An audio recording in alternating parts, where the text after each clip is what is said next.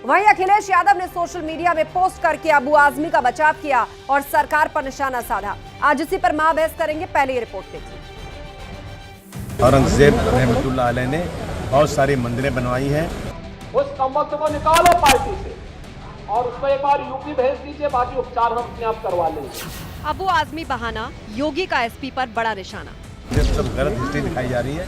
औरंगजेब रहमतुल्लाह अलैह ने बहुत सारी मंदिरें बनवाई हैं। औरंगजेब क्रूर शासक नहीं है।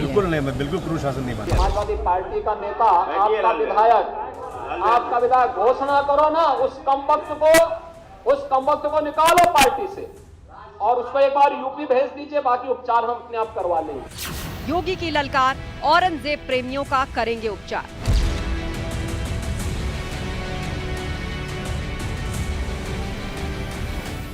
अबू आजमी पर एफआईआर, अब गिरफ्तारी की तलवार।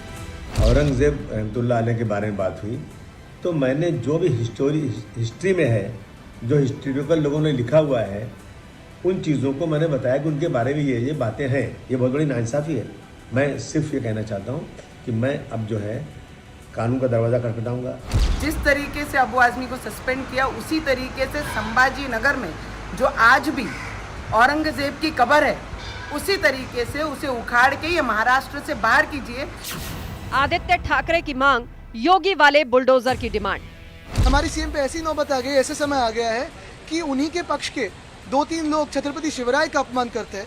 शायद यूपी में उनपे बुलडोजर चलता, लेकिन यहाँ तो लाड प्यार चल रहे हैं। तो सीएम में अंतर होता है। योगी ने पूछा, क्यों सनातन से हेट, कैसे औरंगजेब ग्रेट। तो ये तो शासन की लड़ाई है, ये सत्ता की लड़ाई है। कौन राजा बनेगा, कौन हुकूमत करेगा, उसकी लड़ाई है। ये कोई धर्म की लड़ाई नहीं है। औरंगजेब को अपना नायक मान रहा हो, क्या उसको भारत के अंदर रहने का अधिकार होना चाहिए क्या? और समाजवादी पार्टी को इसका जवाब देना चाहिए।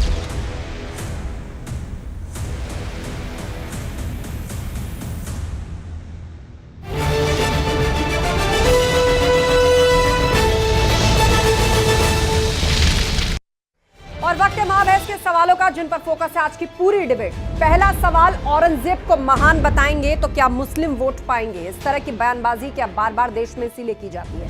सवाल नंबर 2, मुगल आक्रांता सुल्तान बादशाह औरंगजेब क्यों महान? सब जानते हैं औरंगजेब की क्रूरता के किस्से, हिस्ट्री में सब कुछ नोटेड है, तो आखिर बार बार इस तरह के बयान क्यों? सवाल यह कि योगी बोले जिस औरंगजेब से प्यार यूपी में इलाज, की मतलब जो औरंगजेब का गुणगान करेगा यूपी में उसका अच्छा इलाज होता है। चर्चा के लिए हमारे साथ पूरा गेस्ट पैनल जुड़ा हुआ है। हमारे साथ हीरो वाजपेयी जी हैं, बीजेपी प्रवक्ता दीपक रंजन जी हैं, सपा प्रवक्ता सुधा मिश्रा जी हैं, कांग्रेस की स्पोक्स पर्सन फाजिल अहमद जी हैं, मुस्लिम स्कॉलर एचएस रावत जी, हिंदू धर्मगुरु। आप सभी मेहमानों का बहुत बहुत स्वागत है इस डिबेट में। तो शुरुआत सबसे पहले दीपक रंजन जी आपसे कर रहे हैं। आज मुख्यमंत्री योगी आदित्यनाथ ने अबू आजमी और समाजवादी पार्टी को घेरा और कहा कि जो औरंगजेब को ग्रेट बताते हैं उसका यूपी में बहुत अच्छा इलाज होता है, उसे यूपी भेजना चाहिए। देखिए, औरंगजेब का इतिहास और औरंगजेब के बारे में पूरा देश, पूरा दुनिया जानता है। उनके बारे में, उनके इतिहास में सबने पढ़ रखा है। ये सही है कि वे क्रूर शासक वो थे, लेकिन देखिए हम यहाँ पे ना औरंगजेब हमारे आइडियल हीरो हैं और ना ही हमारे जो है नाथुराम गोडसे हमारे आइडियल हीरो हैं। हमारे हीरो हैं श्रद्धेय नेताजी, हमारे हीरो हैं लोहिया जी, हमारे ऐसे लोग हमारे हीरो हैं। और देखिए, जब इस बात पर उन्होंने अपनी खेद प्रकट कर दिया, जब उन्होंने कह दिया कि ठीक है, अगर किसी की भावनाओं को ठेस पहुंची तो मैं उनसे माफी मांगता हूं, जब उन्होंने माफी मांग ली उस बात को, तो मैं समझता हूं उसको बहुत ज्यादा राजनीतिकरण या बहुत ज्यादा राजनीतिक रूप इसको देने की जरूरत नहीं।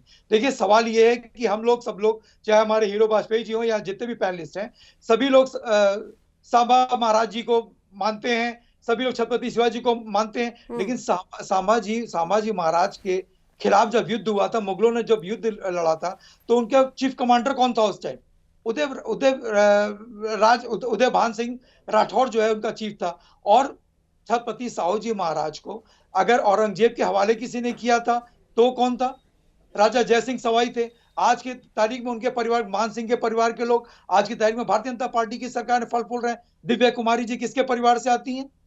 जो राजा मान सिंह, जो इनके मुगलों के कमांडर हुआ करते थे। और जो जितनी मंदिर, जाहिर सी बात है उसमें लिखा हुआ है, इतिहास में है कि औरंगजेब ने बहुतायत मंदिर तोड़ी, लेकिन आज की सरकार, भारतीय जनता पार्टी की सरकार में कितने मंदिर थे? हीरो वाजपेयी जी, अब पहली दलील तो ये कि माफी मांग ली है, तो अब आप लोग क्यों विवाद खड़ा कर रहे हैं? दूसरी दलील ये कि हिस्ट्री में बहुत कुछ वर्णित है।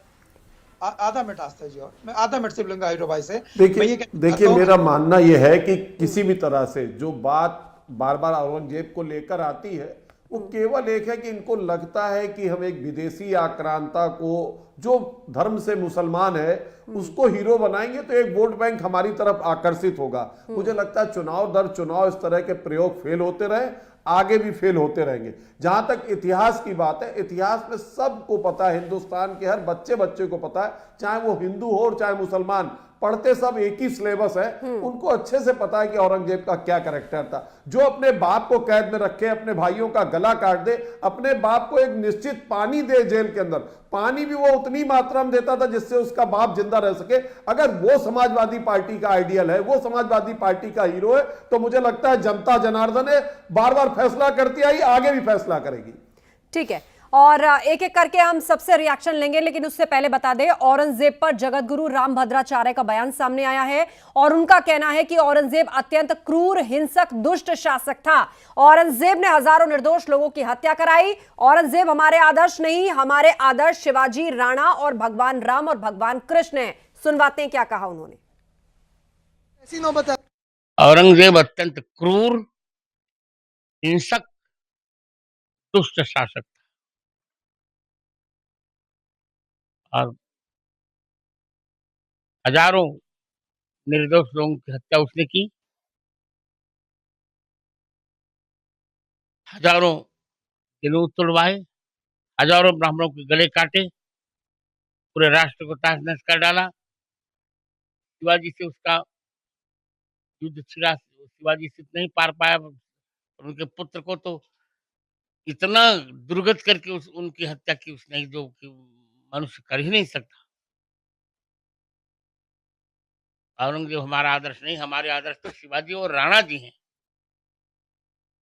हमारे आदर्श भगवान राम और कृष्ण हैं। वो हमारा आदर्श कब से हो गया?